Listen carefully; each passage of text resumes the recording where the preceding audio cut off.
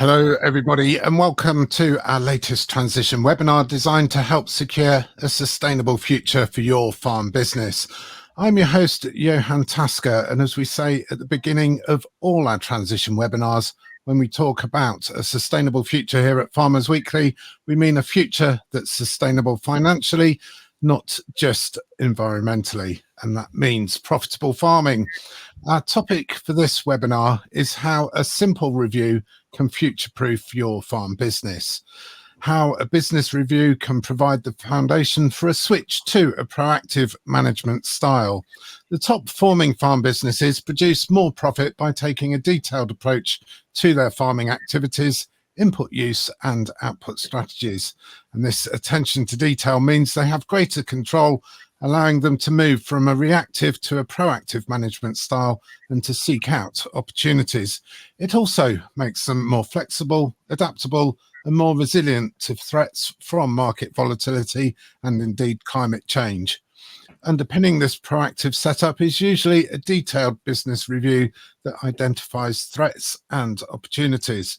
And in this webinar, we're going to look at why attention to detail is crucial, the benefits of a proactive approach, the key elements of a business review, and data sources and management. And to help us do that, we're joined by a panel of 4 experts. Lewis Butlin is a rural consultant and technical manager with AgriVista Rural Consultancy. Alistair Johnston is senior lecturer in farm business management at Harper Adams University.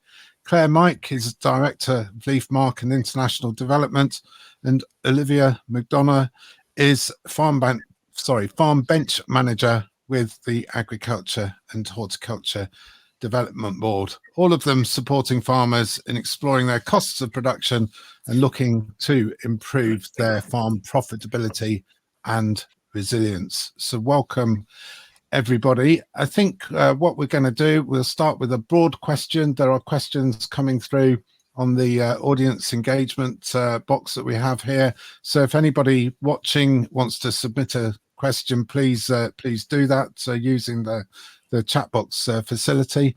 But first, Lewis, I'm going to start with you. Where do we start with a farm review, a farm business review? Yeah, Johan, it's a really interesting one because no two businesses are the same. I've been doing this for nearly 20 years now, and the number of drives I've driven up, you never go to the same farm twice. And I think it's really important when you first meet with the person you're doing the review for to actually understand what they want out of it.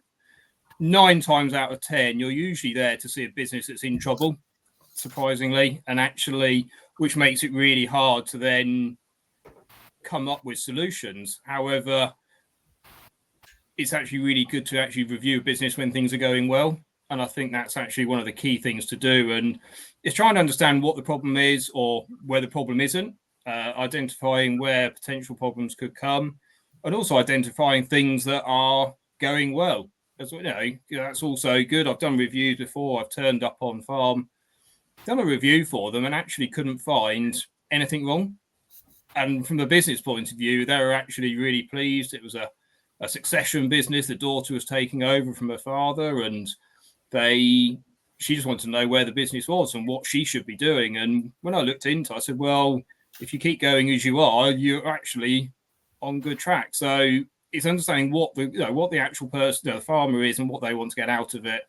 What are their priorities for the business, and how do they interact with other members of the farm business as well, and what do they want? Thank you, Claire. I can see you nodding a little bit. And how about you? Where do you start? Yeah, no, I completely agree with what Lewis has explained there. It's really important to put the farm at the center of that planning and understand, what you want to achieve from that planning and the review. I think from a LEAF perspective and through LeafMark certification and the kind of the management plan approach we take, we see that a business review is a fundamental part of that in building resilience. I think it helps you create informed decisions, and put have those plans in place and the targets and actions. If nothing else, that builds confidence, and it has it breaks a psychological barrier of feeling in control. I think it's really important to to help with the mindset approach as well, in terms of I can think about my farm in a holistic way through that holistic review of all aspects of my farm. So I think that's something that we would also encourage as well.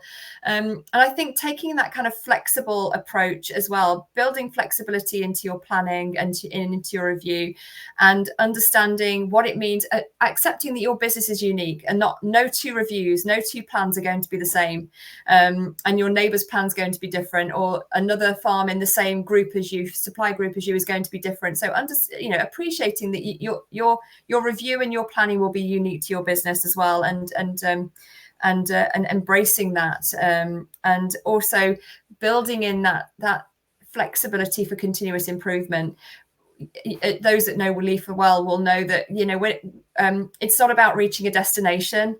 It's about that what a game of inches. What more can we do bit by bit? So yeah, I really think that having a review, having a plan, enables you to then focus on some of these bigger picture things in a controlled and confident way.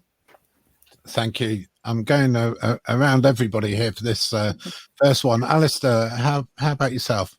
I think there's two key elements having concur with the two panelists, but I think there's two things to look at: is taking it right back to basics. What resources have I got availability to me? A lot of people just look at their accounts or their statements, and I think we need to look at their entire resources in terms of machinery, soils, finances, livestock, stock in the shed, their staff. What resources have they got in the way of staff? And look at the influences that are impacting those. What's happening within the business? Is there a succession issue? Is there a profitability but no cash availability? Is the net worth changing? And what are the external elements that are impacting that business? Is it policy? Is it marketplaces? Is it consumers? And really look at it as mentioned, in a holistic way, but going right back to basics, is my parlour outdated? Is my silage clamp fit for purpose? Is my slurry lagoon fit for regulatory requirements? What do I need to invest in? What's my, can I borrow money? Am I a tenant? How long have I got left on my tenancy? Is there a succession plan? Is there a retirement plan? Where are we heading? And looking at absolutely from the roots up. When was the last time you did a soil analysis? When was the last time you did your silage analysis? When was the last time you did some staff training? And look at all these elements and looking for as Lewis mentioned, what's going well? Let's keep that going. That's really good. What could be improved? Where are the areas that you see are a concern? Is there too much month left at the end of the money? What are the challenges? What keeps you awake at night? And can we focus on those areas and make improvements in that area to make your business a little bit more robust and resilient? Thank you, Alistair. Olivia McDonough, what about yourself? Yeah, I completely agree with all the other speakers and echo their thoughts. And I think just that real business overview, seeing exactly kind of what's going on in the business, exactly where your costs are going, is just so important. Knowing your cost of production is something that we've found is just essential in, finding those profit margins. But like you say, is there things that need changing in the business, or are you moving on the right track and there's just small changes that need to be implemented? We know a lot of farm data is already available through the platforms we use. So I think it's just making the most of that and just really delving into those areas where we can make small changes or larger ones that make a big difference in the future, whether that's kind of further ahead or immediate change as well. Just helping farmers get that kind of real success out of their businesses. And like Lewis said, every business is different. I see different farmers all the time and their goals are different. So it's just something, when I go out on farm, understanding that and where they want to be personally with their business. So you're looking at the goals. I'm going to stick with you, Olivia. You're looking at the business goals, and I think everybody, we all acknowledge that all businesses, all farm businesses are different, and they'll have different goals. They'll be in different situations, geographically, enterprise type, etc.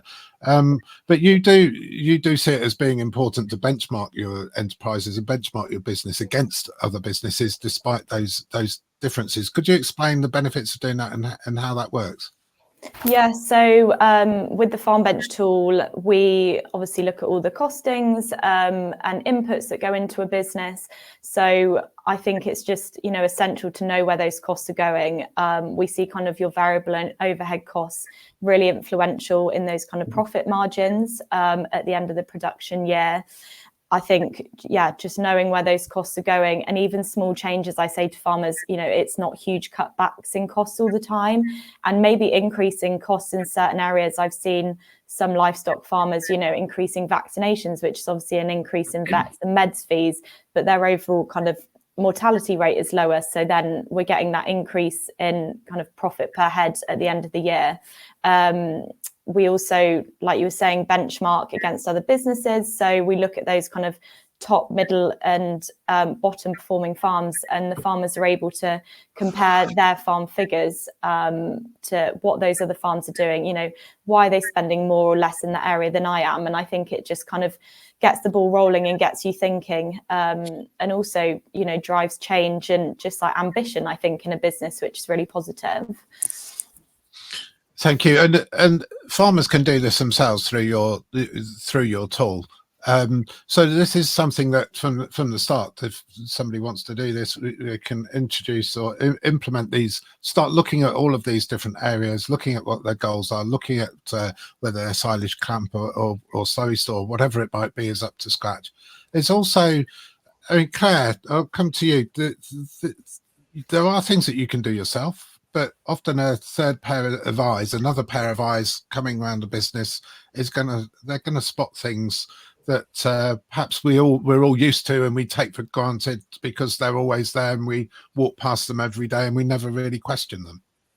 That's so true. And I think that there's two different contexts of that extra pair of eyes as well, and both have a lot of value. So number one, farm advisors and consultants that can come and spend time with you on a one-to-one basis and and really break down, the different elements of your farm, as we've talked, all of us I think have touched on, in terms of looking at each area and then looking holistically.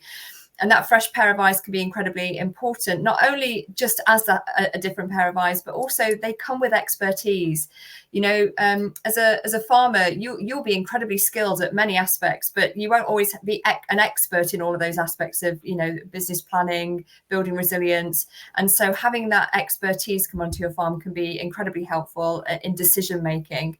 And then there's the other kind of pair of eyes, which can be that knowledge exchange element. So the peer-to-peer learning, going onto another farmer's farm and seeing, as a group of farmers and seeing how they're doing things, looking over the neighbour's kind of fence or hedgerow in a way. But there is a huge amount within Leaf. We've witnessed so much benefit, and there is so much value in farmers visiting other farms and getting ideas, and the way that they interact with each other and the energy that builds and the ideas that come from it. And that can be incredibly powerful, actually. I think what we found a lot is there are two aspects to decision making. It's trying to make good decisions to increase the profitability, the resilience, to boost all the positive KPIs of your farm, right?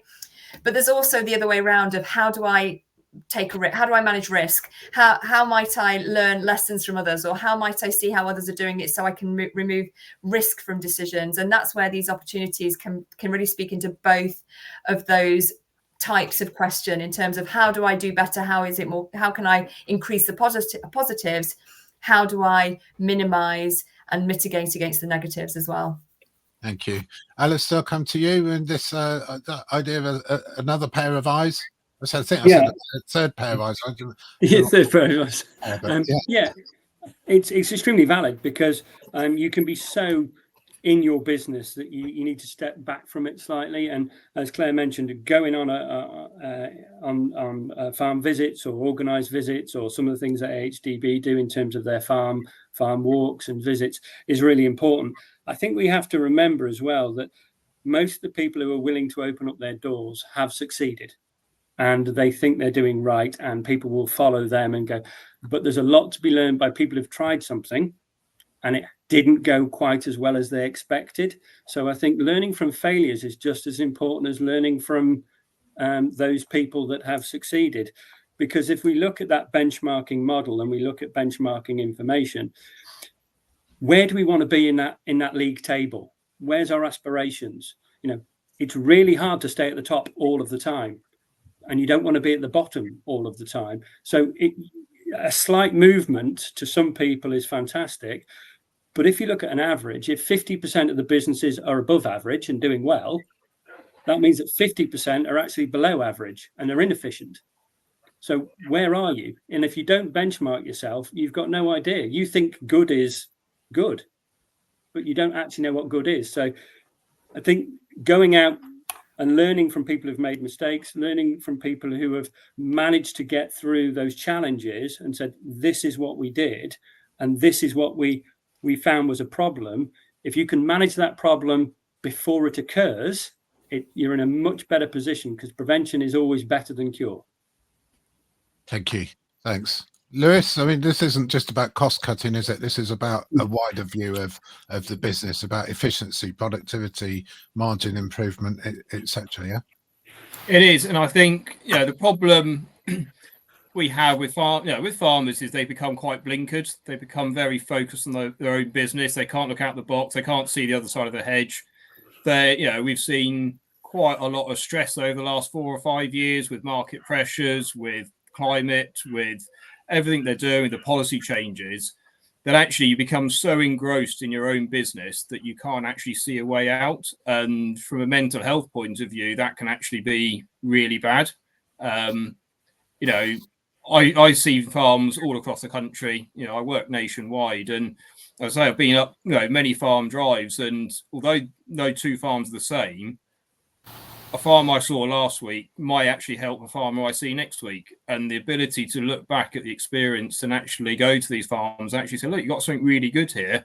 I've got a client who's doing something similar. He's tried this and it's worked really well, or we've done this. And I think, getting that other pair of eyes up the drive, come to see you, talking face to face and actually reviewing things can actually be really good. Sometimes it's just reassurance. A lot of the time farmers just, they got an idea, they're just not 100% sure if it will work.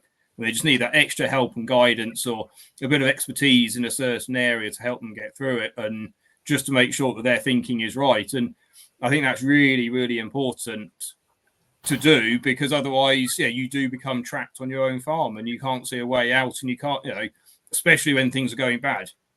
When things are going bad, you can't see a way out of it and you just keep sinking. But actually a simple catch up with somebody, even for an hour, couple of hours just on farm, can be a huge confidence booster and actually make a big difference to that business. They can actually kickstart it to get it going as it should be. Or, as we said, a good business, it might be just getting the next enterprise underway and doing the next, moving things forward for them on that side of things. So it's really, really important just to get other people in. And some people see it as a sign of weakness, that they think, if I change this, my neighbours will think I'm not doing right, so I've done something wrong. Well, actually, 9 times out of 10, every time you make a change, it's for the positive, and people look back and say, "Oh, you should have done that years ago." And it's sort of building up that confidence and getting rid of that perception that if I change this, I'll be seen to be weak, or I won't have been doing things right. And I think you just need somebody to give them the confidence that what they want to do, at the end of the day, it's their business. If they want to do something, you try and help them do it, whatever way they can do. Sure. A good time to bring in our first question. I'm going to stick with you, Lewis, on this one. I mean, there's a question here that's come in. How do we plan ahead when there's so much uncertainty and lack of information regarding government policy and support for the farming sector in England? I mean, other countries, Scotland, for example, faces a similar situation in terms of their agricultural transition or transformation. But this question is saying our budget for income we can only plan for the next 14 months or so.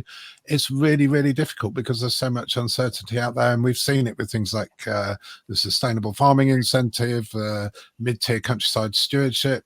Nobody knows what's going on. So, Lewis, how do we plan ahead? Well, it's when it comes to support now, we are very much hand to mouth with it, because we do not know. We've got no certainty there. We had a bit of a reprieve last week, obviously, with the announcement that those people with mid-tiers that were due to expire at the end of this year can actually continue for one more year. But for some people, that's now causing them issues because they were come to an end of agreements. They haven't established mixtures or re-established them this autumn because they didn't need to. They're now still in the position where they need to do it, can't do it. Cropping's changed. So they're not actually sure whether they're going to be able to continue. That announcement came far too late. The SFI was suddenly dropped at the beginning of the year with little to no warning whatsoever. And obviously that's caused huge issues. And I think trying to manage businesses from an income point of view with support, you've almost got to look at your business without support. We've said it for a number of years now that you look at a business, how does it operate? How much support does it actually need to be profitable? And before we had the transition in England where the subsidies started dropping in 2020, 60% of businesses were profitable without the BPS. That left 40% of businesses not profitable. And if you think, look at it now, that's chances are they get that figure could actually be going up as a result. And the uncertainties about SFI, there's a lot of people in agreements, which is great. But again, as the question says, potentially they've only got 14, 18 months left on an SFI agreement. What's going to come after that? We just do not know. And the delays in the information and the stagnation makes it really, really tricky. We had the same back in 2018 when environmental stewardship shut down for about 18 months. But luckily, we had single farm payments in the background helping. So, there was times when we've had problems and we've got through it. But without that basic payment, single farm payments there in the background, it makes it really hard. So I think trying to budget is really, really, really hard. And, we're seeing lots of fluctuations in market prices as well, input costs, sale prices, wheat prices up and down. And it's really, really hard to actually do that. Beef prices are looking good at the minute, which is great. They've come back a little bit. And I had people who wanted, in the spring, they said, should we get into beef? Should we get into beef? And I was like, well, probably not, because you can't, you just don't know how long it's going to stay up, the prices. So, yeah, it does make it hard. And the guys up in Scotland where I'm based, you've got transitions about to start, but we don't actually know when. They keep saying, it's next year, it's next year. You can't run a business on a year-to-year basis. Big businesses, small businesses, you need 5 years knowledge of what's going on so that you can plan. You can't just turn on the tap and grow more wheat or produce more beef. You've got to be able to plan what you're doing. And at the minute, we're just not getting that with the policies that we've got running in the background. Thank you, Olivia. Lewis has sort of said, plan for no support or budget without support. How would you advise people to plan ahead when there's so much uncertainty and lack of information out there? And I'm sorry that this is such a difficult question, but it is one that everybody's facing, isn't it? We don't know what's around the corner, and things come, things go, things change. Yeah, I think, like Lewis was saying, there's kind of, it's very uncertain time for the industry, and just trying to be there to support. We don't have the answers. And I think just taking it kind of one step at a time and just trying to be resilient as possible. Obviously, I very much delve into kind of the financial aspect of it and the financial security of a business. And we just work with farmers to obviously look exactly where their costs are going and just try and support and make changes where possible to make that business resilient. The changes that go on outside that, either through kind of government or the schemes that are going on, is very much out of all of our control. It's an element we look at as part of benchmarking. We're actually just bringing in the new environmental schemes so we can compare that directly to the cropping systems, which will be really helpful for farmers. But like Lewis said, is that going to change again? It's something we're working with at the moment. And I think we've just got to take it step by step and just take those changes kind of head on and work together as an industry to just keep pushing through. I think the farmers find it. We run discussion groups throughout the winter, arable discussion groups, and we're trying to push that further with livestock. But it's amazing the type of conversations that go on in that room. We focus on kind of harvest reports, so performance, but the conversation goes a lot wider than that. Had a lot of talk about, machinery costs, spares and repairs last year. How are people mitigating that and dealing with that within the business? As well as, the inheritance situation, there was a lot of conversation about that. So as much as it is kind of financially focused and focusing on those performance reports, those meetings, I feel, are essential for farmers to, speak about other things that are going on in the industry, and you see them leaving more positive. There's somewhere to kind of, turn and pick up the phone with challenges that they're facing, with their neighbour, or whether it's someone slightly further away. So I think, I don't have a direct answer, unfortunately, but I think, just being the person to pick up the phone and help where possible is just really important at the moment. Thank you. Thanks, Olivia. Alistair, planning ahead when there's so much uncertainty and lack of information? Yeah, it's a really interesting one, because are we farming with support or are we farming for support? Two very different directions of travel. With regard to government policy, if you read the Agricultural Act, there's very little policy with regard to food security and food supply. The policy on that issue tends to have come through the supply chains, and the supply chains have been a lot further forward with their policies on net zero and animal health and welfare. So there are policies in place, but they're not necessarily government policies. With regard to support, it's the risk assessment element of what is the risk of entering into a scheme? How does that challenge my business? Is that actually a break in terms of I'm farming in this direction, but I'm now farming with support, and it's almost a decelerator in my direction of travel. And in some cases, it's an accelerator. I am changing my business by introducing new regimes and new thought processes. So it has to work for each individual business, but your business has to work without it. And I think that's the way that we've known that BPS has been tailing down over the years. That's been a known for 5 years.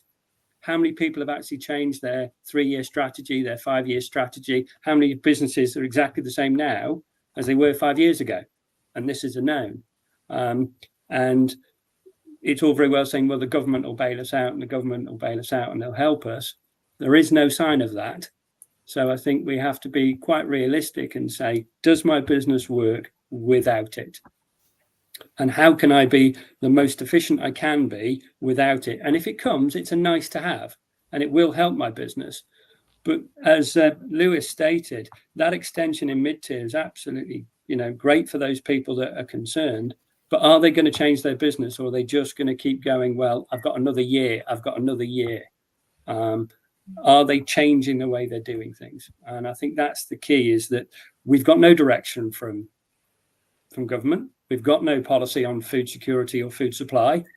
So who are we working with? Who are we selling to? How do we guarantee markets? How do we guarantee the best quality? How do we have the best efficient animals? What is it we need to do? Who do we need to work with? Because it's not government. Thank you.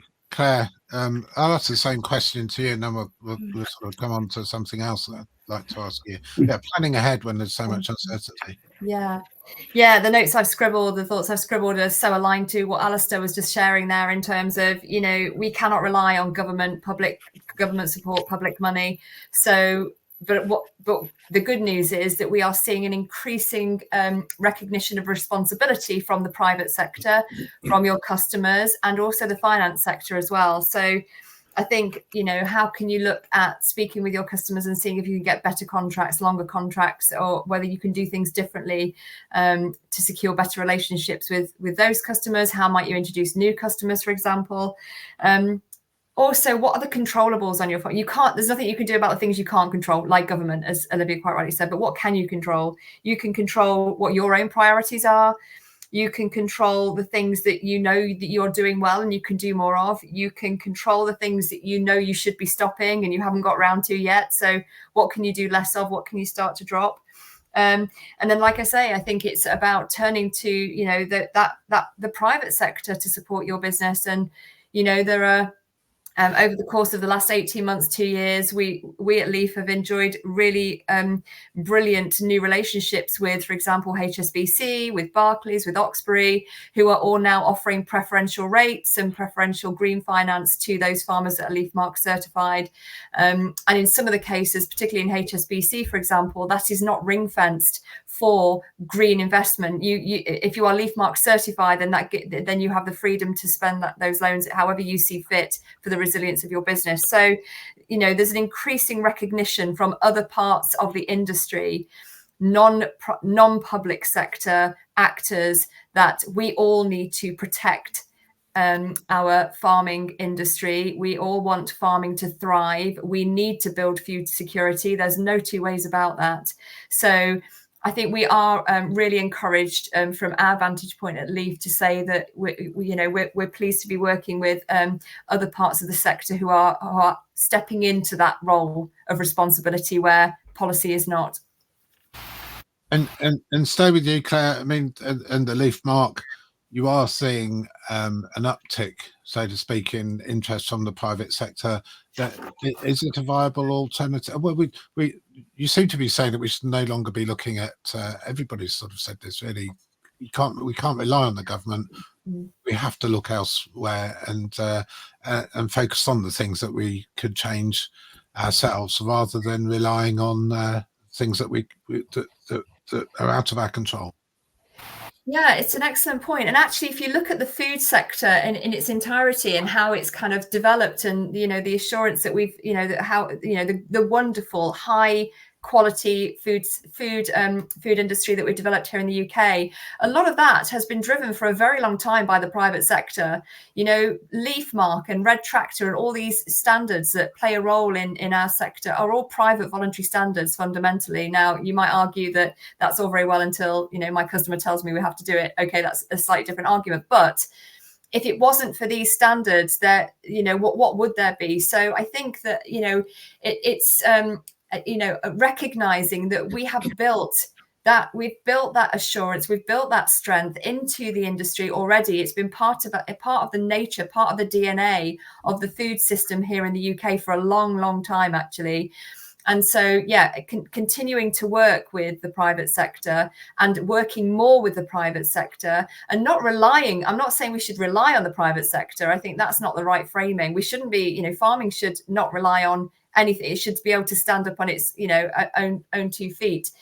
And farmers should get paid the right prices. And there's all sorts of different things that we could unpack there in many other sessions, and probably not this one. But I think the point is, we shouldn't be relying on our businesses shouldn't be relying on that income, but utilizing it, working in partnership, collaborating with private sector is going to be key in the future. Thank you. Thanks, Claire. Alastair, I'm going to come to you and then go to Olivia.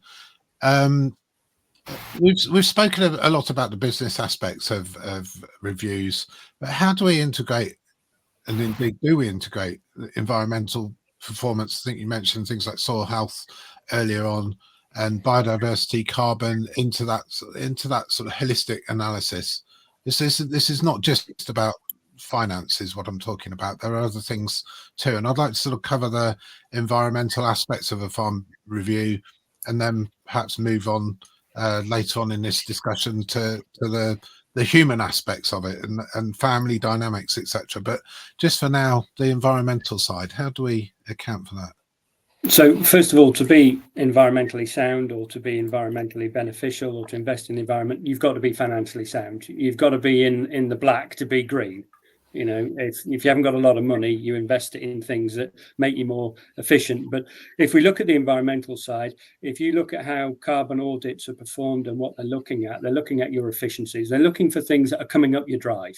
They're looking at fuels that come up your drive, fertilizers, sprays, staff, machinery that comes up your drive. And it's how you best utilize that in the most efficient manner to look at that net zero element, or that carbon footprint.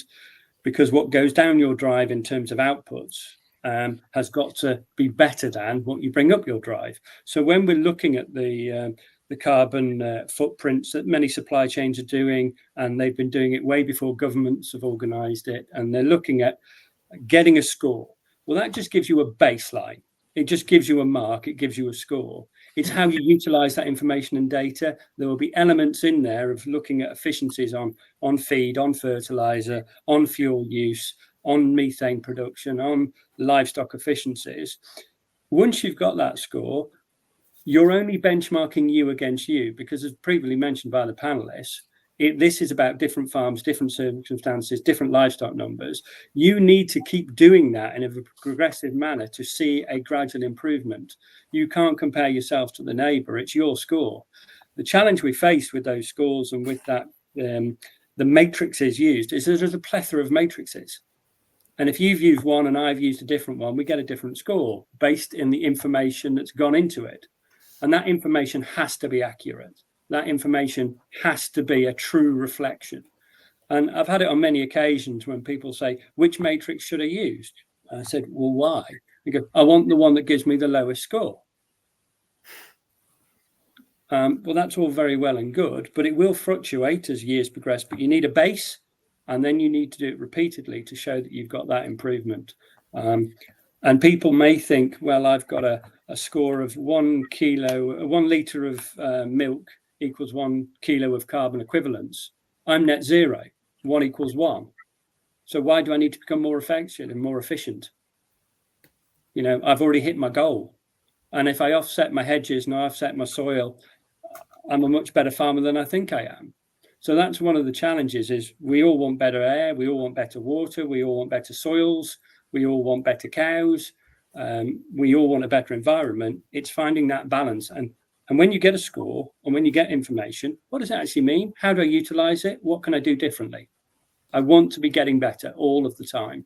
And I think that's the key that we have to put across to anyone who's done them. It's not just a process. It is a general review looking at your efficiencies. And if you can lower your inputs, you will have a lower carbon footprint. Thank you. Olivia, how do we integrate this environmental performance, I guess, into things like measuring success, into things like farm bench? Yeah, so I think kind of, you know, without delving too much into the environmental aspect, it's not, you know, carbon and things isn't something like we kind of delve into, but I think, you know, taking on board that there are other things going on farm, whether that is, you know, measuring carbon or, you know, looking into your environmental schemes, that's something that we take into account, whether that's an income or an investment within the business. I've seen kind of, you know, farmers taking out, replacing kind of break crops on farm. We're seeing those kind of at a loss each year. So, you know, whether that's through environmental schemes or using, you know, different land use on farm, and comparing those financial figures. And I know I keep going back to that financial side of things. I think a lot of my farmers are quite proactive, looking at, you know, straw for muck deal, for example, if they haven't got livestock on farm, to try and reduce, you know, areas of fertilizer input, if that's kind of something that's come up on a soil test. They're very kind of proactive in their thinking. And I think sharing those ideas, you know, what are other people doing on farm? We go out to farm in the summer and, you know, how are they improving water quality? Who are they working with to do that? You know, how are they getting that, you know, success and kind of drive as well as benefiting the farm? I think, you know, seeing that benefit on farm and having a positive kind of working relationship with other, you know, industries outside of agriculture or within it as well is something we see kind of more and more of. So I think that peer-to-peer learning within that environmental sector is essential in kind of a positive outlook in that area, I think. Thank you. Thanks. Lewis, anything to add on that one? Because there's another question here that I'd like to ask, if not. Well, I think, you know, I think Alistair summed it up. I think, you know, in terms of environmental management, it does come at a cost. And if we look at the industry over the last 20 years, the amount of environmental management that has happened has increased dramatically with the introduction of ELS and countryside stewardship and higher tiers and things like that. You know, the amount of environmental management has become forefront and center of a lot of businesses now, because it was the way of getting the cherry on the cake. When we have BPS, you can get an ELS payment. Brilliant. Bit of extra income. It's paying me for something I'm already doing, or if I just slightly change it. So it's got people on that mindset. In Scotland, we haven't had that change yet because we're still full rate BPS up here.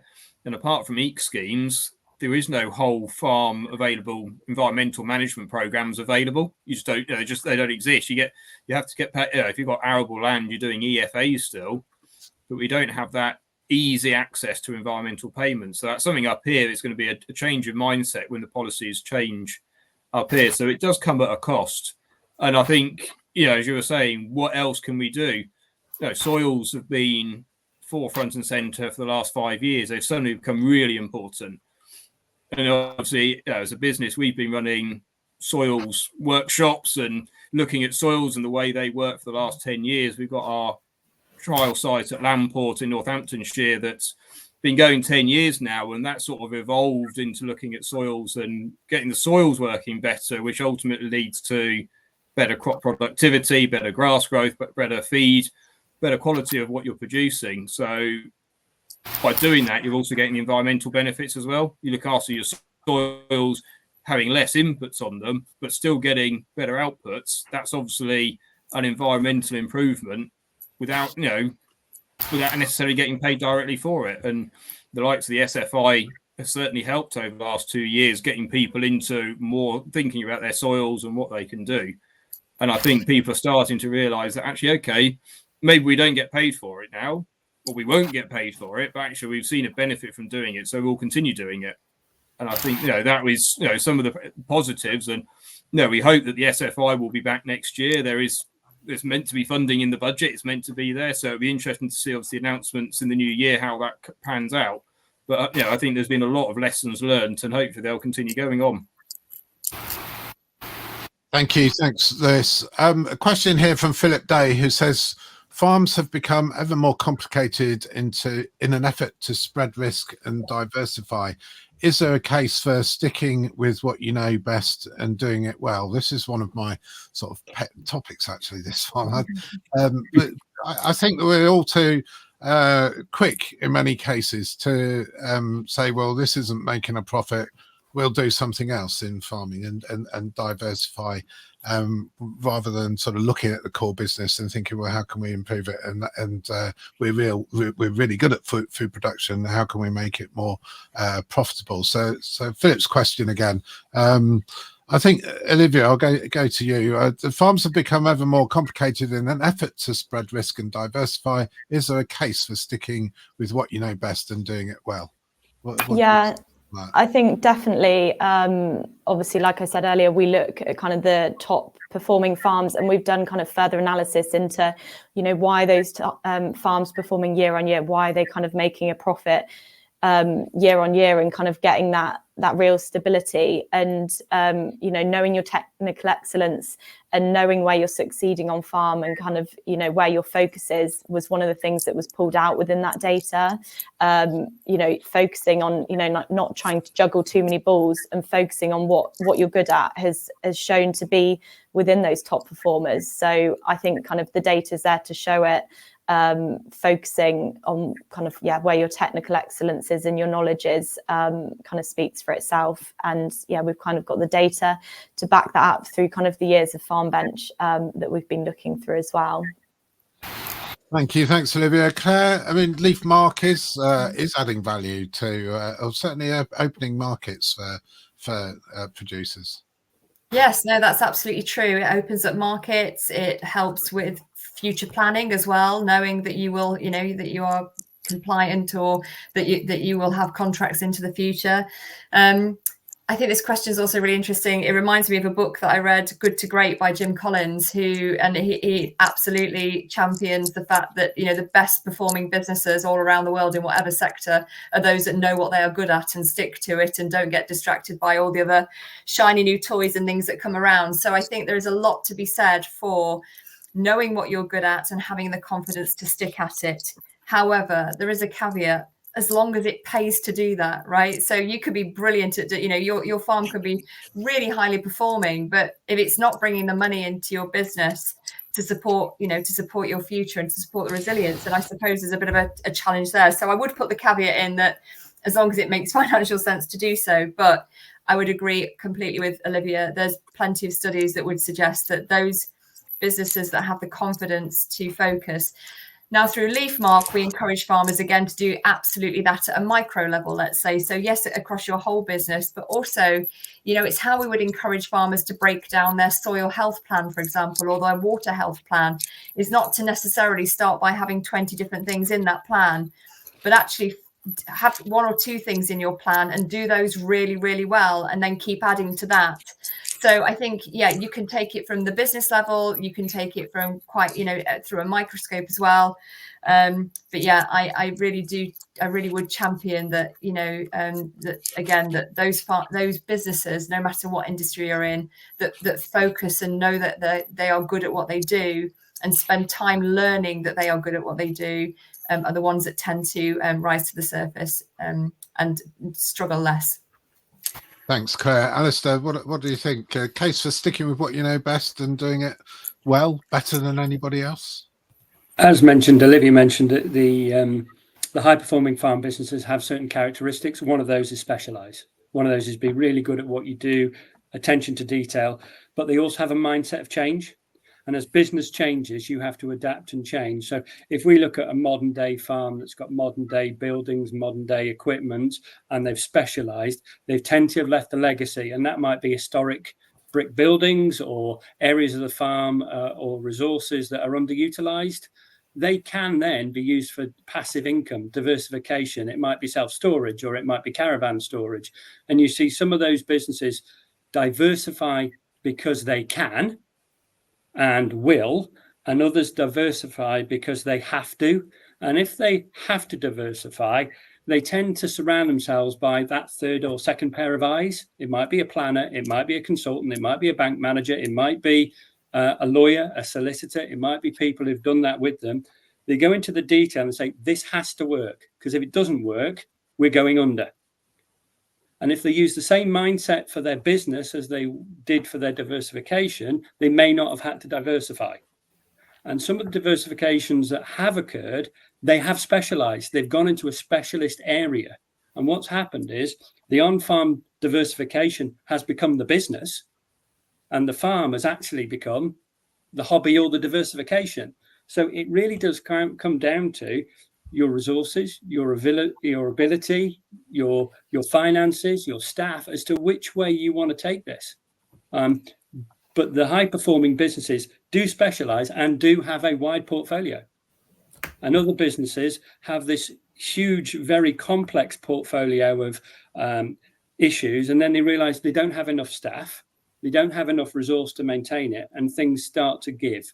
So you really have to plan which way your business is heading before you making those very sort of, in some cases, subconscious decisions, but they should be a conscious decision. Thank you. Lewis, spread risk and diversify, or do what you know best and do it well?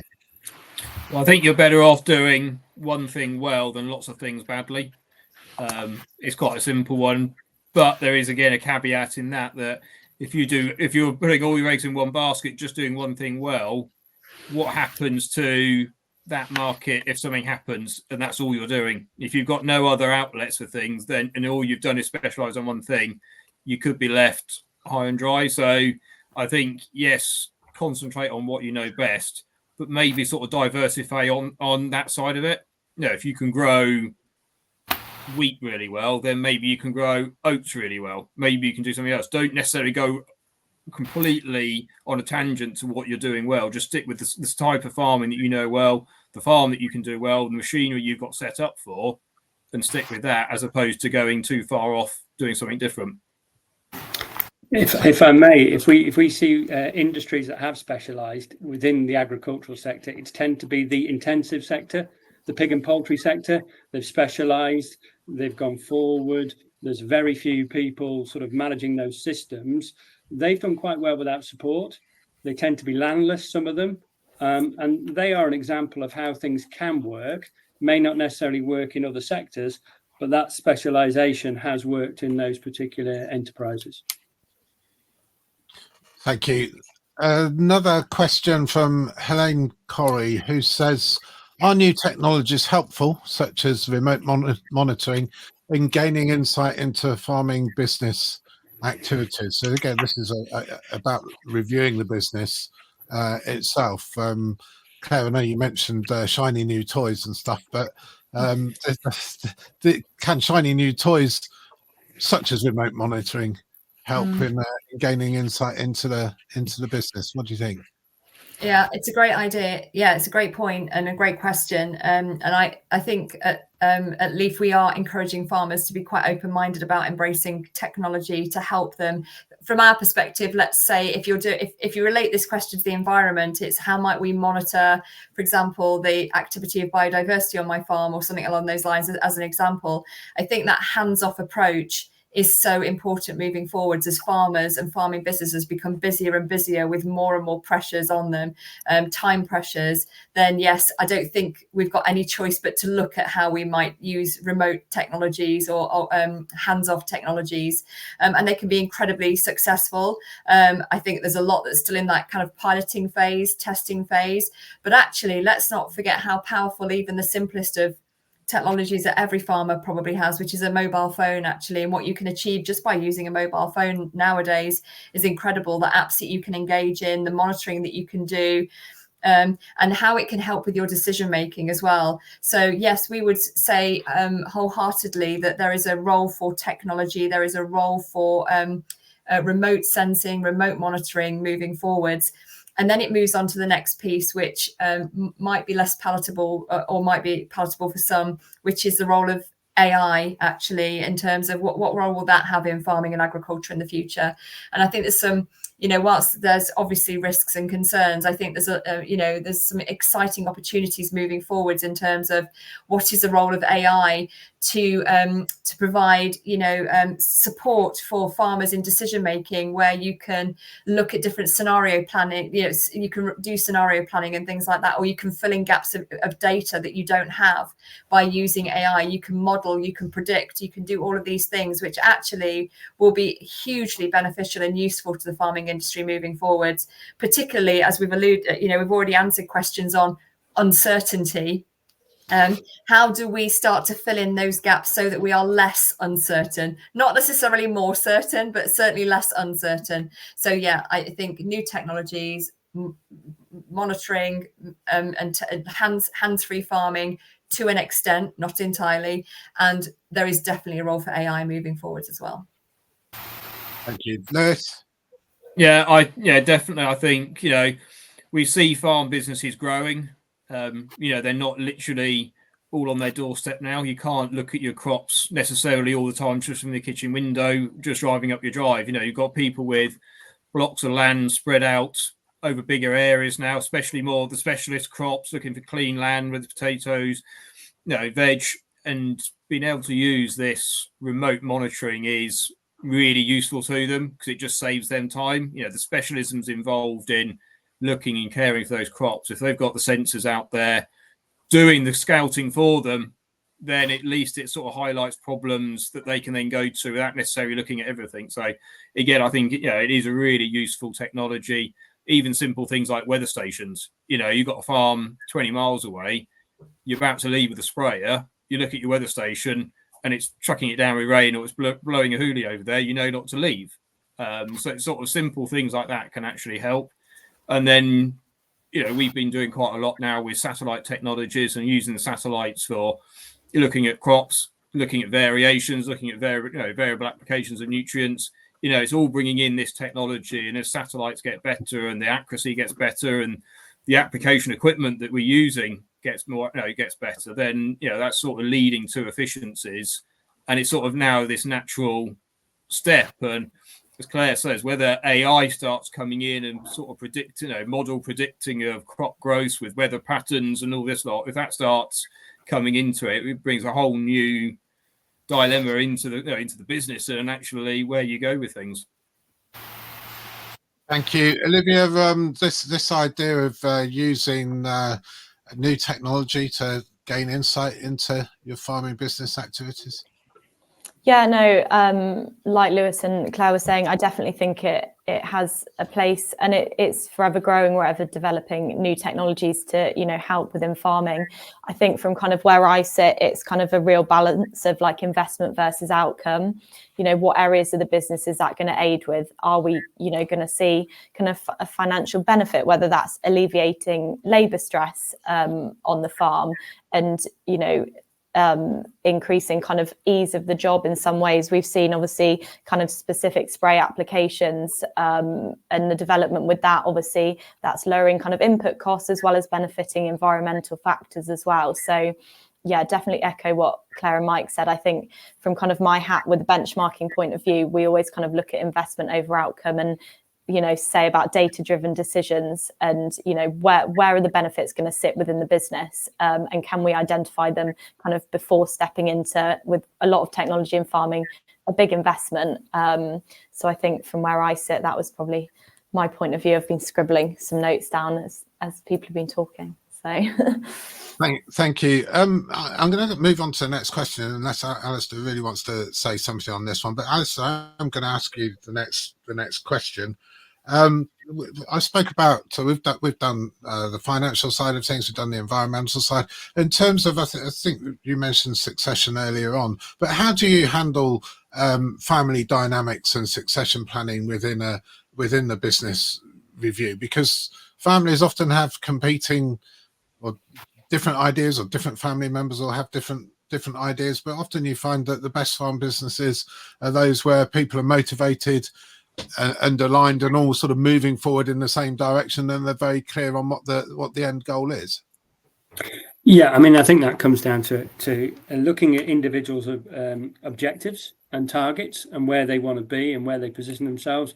I think there's a saying, did they say, you know, you're a man once and a boy twice on a farm, and you start off at the bottom, you work your way to the top, and then you work your way back to the bottom. So the successor needs to have a plan in place that allows them to develop their managerial skills, their thought processes, their ideas, whilst the person who is being succeeded has to understand that they need to drop down their roles and drop down some of their responsibilities. Where there's a clear message and a clear objective and a clear vision for the business, it's easy. And if you've got a business that is profitable, efficient, has good vision, people want to be involved in that business. They want to take it forward. And we see really good, successful family businesses that grow and grow and grow. Adversely, when there's no discussion around the table, there's no written succession plan, there's no role distribution, there's no view on who likes to do what and where they want to take the business, it can break down. And it's a very simple step, an approach to take, to say, let's just sit down and see where we are going. What is it we want to achieve? And I've seen on a number of occasions where two generations have different views. But if you put a timescale in place and you put objectives in place and everyone's working towards those, it should be done in an amicable way that suits everybody. And I think that's the challenge, is to sit down and have somebody in the room who is a coordinator or someone who's making notes, speak to people individually, speak to people together. And we see that if there are siblings involved who aren't involved in the business, quite often you think at the passing of a family member, one sibling has to buy the other two out, who've got no interest in farming whatsoever, probably when they're 50 years old and inherited the farm, and they've got to take a loan out for £1 million plus. Well, that could have been done in their 20s. If they're not interested in the farm, buy them out early. And so everybody knows what's going to happen with regard to succession. And we have to be careful as well and differentiate between succession and inheritance. They're two very different elements of business development going forward. Thank you. Would anybody else like to touch on this? I'm conscious we've probably got about 10 minutes left, but and this is a huge subject, the old succession subject, but we don't necessarily have to talk about succession, but there's different family members, different family dynamics. How do we get everybody metaphorically on the same page? It can be quite an emotive one. And, you know, some number of times I've had conversations with the past generation and the new generation and them not seeing eye to eye. The older generation not wanting to give up, still, you know, going back to that pride thing. They don't want to be giving up. They don't want to seem to be stopping. And which is, you can understand where they're coming from, but at the same time, they're not giving enough control over to the next generation that they can learn. And I try and say to them, I said, would you not be better off passing things over to them, being there as a mentor, being there so that they can ask you questions and get your advice and feedback on your experience, as opposed to waiting until you've gone and then having no one? You know, sometimes, you know, they don't get the checkbook until they're 65, by which time it's too late. They don't understand how the finances of the business works. They're coming to it too late because they've never had the opportunity. So it almost skips a generation, but they waited 65 years to be in control. They're not going to give up, are they? So it then becomes quite a difficult time within the families. And, you know, you can, you know, especially as Alistair says, you end up with several siblings in there, and it doesn't just go to the eldest son anymore like it did in the, you know, generations gone by. Lots of farmers now actually want to leave it equally to all their children. And when you look at it, you think, okay, well, yeah, your son or daughter, they've been on the farm all the way through 20, 30 years working on the farm, whereas their brothers or sisters may have been off. They may have got a job in the city. They may have a nice 5-bedroom house all fully paid for. And, you know, they've actually done better out of not being on the farm than their brother or sister who've actually been on the farm, working for a pittance, living in the cottage or living in an annex in the house. And, you know, they're actually worse off than if they'd been, you know, if they'd gone off the farm. So it can always make, when it comes to inheritance, how families go about making that split. But you say it's such a big subject, you could do a whole webinar just talking about succession and what you can do and pitfalls and where it can go wrong. But, you know, it's definitely one that families need to be addressing earlier as opposed to later. Thank you. Olivia, different dynamics, and then Claire. Yeah, I think, you know, within the meetings I run over the winter, there's, you know, a lot of kind of father and sons or father and daughters that, you know, sit around the table, and sometimes they have, you know, kind of very similar ideas, and other times they're kind of running different enterprises within the business. I think, like you say, it's having that mutual understanding, you know, if it is the business going in a slightly different direction, you know, kind of how and why, and, you know, where can that kind of mutual goal be at the end of it. Coming from a family farm myself, I've seen it kind of change since my grandparents, and now it sits with us. So I understand it's a very difficult conversation. It's something I've actually planned for my winter meetings this year, have an expert come in and talk about it, just to give farmers an open platform for any kind of questions. I mean, where do you start with the questions? But I didn't feel I was best placed to answer them. So that's something that I've put in place for my arable members. So gives them kind of an open space to have the knowledge there if they wish, really. But I think, yeah, that's my main experience. I've seen kind of both ends of it from my perspective. Thank you. Thanks, Olivia. And Claire, how about you? So I think I might answer this in a slightly different way, because I can't agree more with you all, and also I'm not an expert in this. But what I can share is some of those stories where we look at, for example, some of our leaf demonstration farms, where we have younger families that are really investing in their children at an early age, giving them experience on their farm. I'm thinking of, you know, the Tyler's, a wonderful dairy farm, and also the Loder Simmons in Canterbury.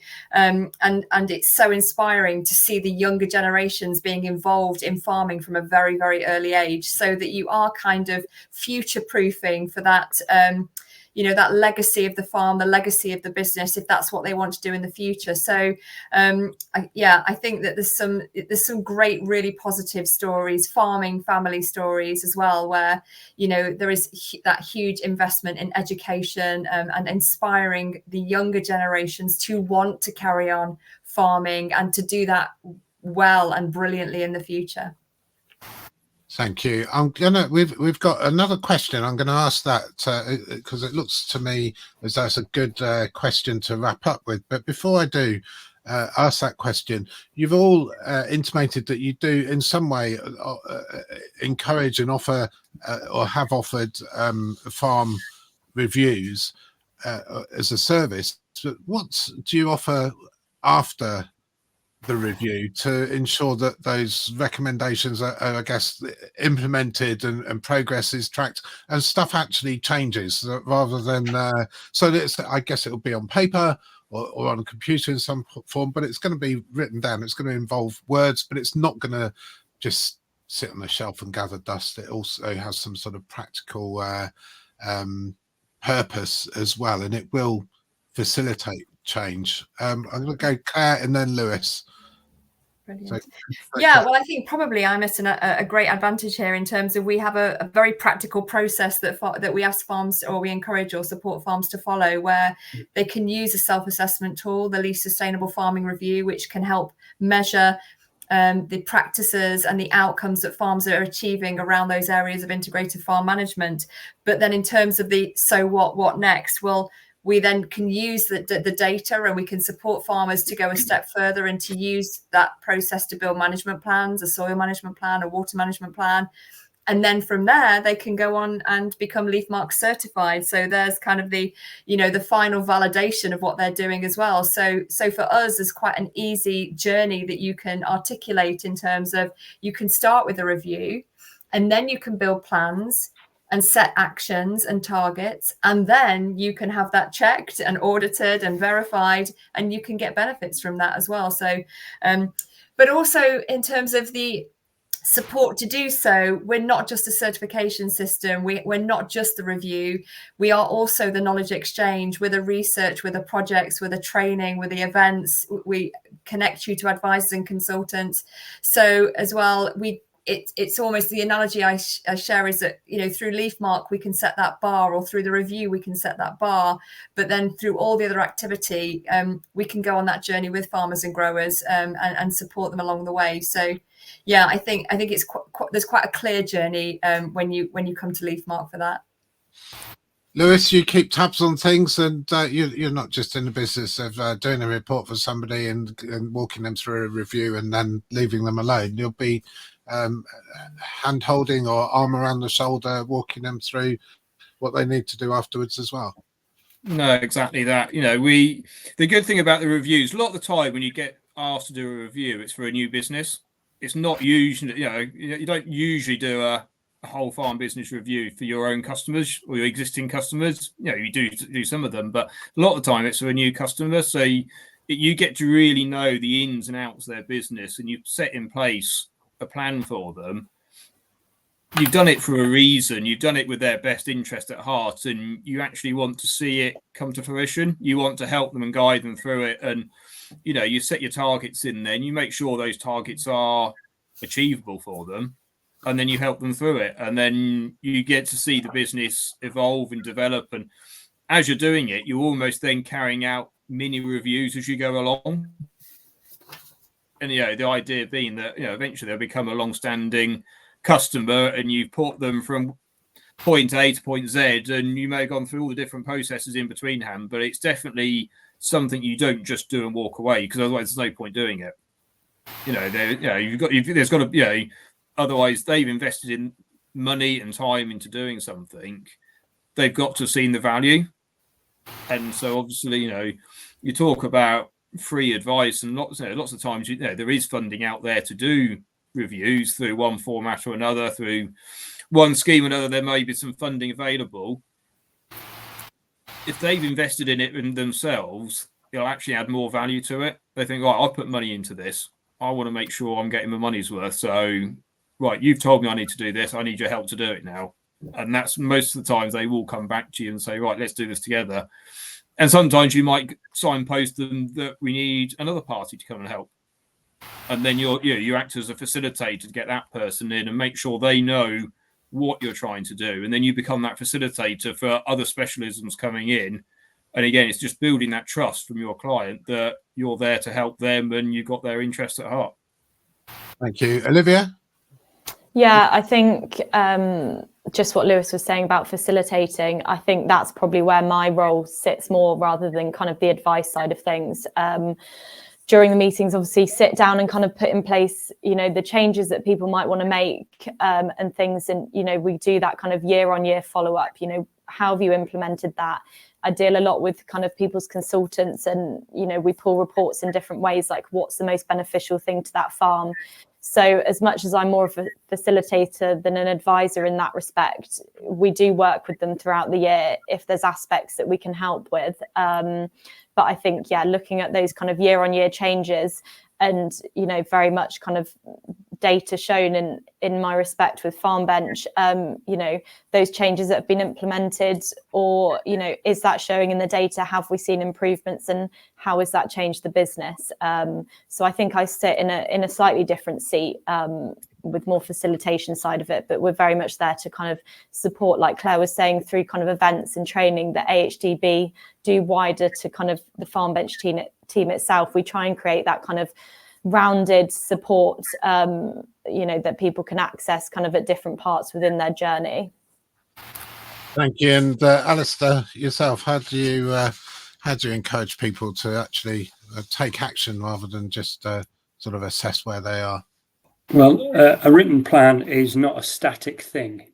It's not a rigid thing, and it certainly shouldn't sit gathering dust. Your plan is always adjusting. It's always amending, because as soon as you solve one problem, you create another, you solve another. So if you've got a 5-year plan and you knock the first a 1-year plan, a 3-year plan, and a 5-year plan, as soon as that 1-year plan has gone, there's another year added on the end. It should always be moving. It should always have targets.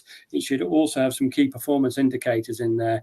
You should always be assessing yourself against your plan and going back to your plan and saying, have we set out to achieve what we've achieved? Where are we? Where are we on our journey? Is our journey changing? You know, if you put things into a GPS, it tells you alternative routes. It tells you the quickest route. It tells you where the restrictions are. That's what your plan should be doing. It should never, ever just sit there.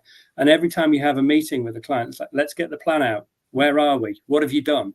Can we cross that out? What do we need to add on next? There's always got to be something as a follow-up. There's got to be some quick wins in there. And it's got to be achievable. And it's got to be something that is in agreement with everybody. So is it done for finance, and you're trying to work with a bank manager to get some money to put up a new building or put up a milking parlour? But if you put up the milking parlour, that's just the start of the story. You know, you've always got to keep developing. You've always got to go back to it. You should never sit there doing nothing. Thank you. I'm going to stick with you. We'll start with the you with Alistair for the last question from Andy Guy, who's a regular viewer of the transition webinars. Andy says he recently read an AHDB statistic which reported that less than 19% of farms have a written business plan. How can we encourage more farmers to develop a robust business plan, and what should be included in it to ensure that it leads to a more sustainable future for them? So a plan or a review. How do we encourage, Alistair, more people to do this? Because it is important to coin a phrase, on the business, not just in the business and on that hamster wheel and doing stuff. You do need to sort of take a step back, have a review, and that's where you can ensure that you're on the right track, that you are moving forward, and you're concentrating on the parts of the business that are going to help you achieve your goals. It's a really good question. How do you encourage people to do something that they may not necessarily want to do? I look at it this way. If you have a car, you get it MOT'd every year. And it either passes that MOT or it fails that MOT. But during that process, an expert looks at it, an expert looks at all the features of it, and an expert says, yes, you've passed, but there's some advisories that you need to deal with pretty quickly. So if you treat your business like you would treat a car, and it needs an annual MOT, you don't just leave it at the MOT. You then say, right, I need to service that machine. I need to service that car. I need to make sure it's working efficiently as possible till the next MOT. And that's exactly what we should be looking at from a business review. And maybe we talk about nutrient management plans, soil management plans, integrated pest management plans. There's no point in paying someone to do a review if it never gets utilized. And as we move towards this cycle of volatility and uncertainty, those businesses that need to look at their direction should be doing them anyway. It should be the go-to. It should be the first thing they do. Thank you. Lewis, I'm going to go to you and then Olivia.